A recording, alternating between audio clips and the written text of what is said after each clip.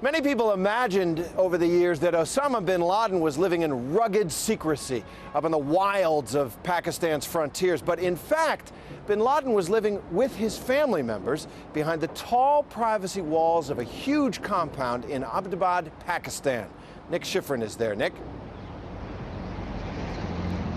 Terry, I think for years we've been talking about which cave Bin Laden was hiding in. But as one U.S. official has put it today, Bin Laden was hiding in plain sight. And you can see this town where he was hiding. This is a middle-class neighborhood, and this is the road that leads to his compound. People on this road live relatively well. This is a middle-class neighborhood. It's also a tourist neighborhood where people from all over Pakistan would come to enjoy the beauty here. But most importantly, perhaps, this is a military neighborhood. A few thousand feet from me is the Bin Laden compound, and about 500 or 600 feet away from that is a Pakistani army base, actually something that is basically Pakistan's West Point, a Pakistan military academy. And there's a lot of questions today about how close Bin Laden's compound was to that army base, why they didn't know, as they say, why Bin Laden was living there.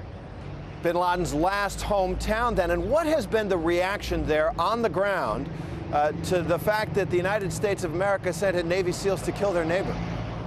I think also that goes to the kind of moderation in this town to the south of here, closer to the Afghan border. There were some protests, but here there has not been a lot of protests. There's not a lot of anti-Americanism here. There's not a lot of sentiment against the Pakistani government. What we've seen in the dozens of people we've talked to is shock. Is surprise, shock that the Pakistani military, that base just behind me, didn't know that Bin Laden was staying, and shock that most people, most residents here, didn't know he was here either. Terry? All right, Nick Schifrin, one of the first American reporters on the scene there. Thanks very much.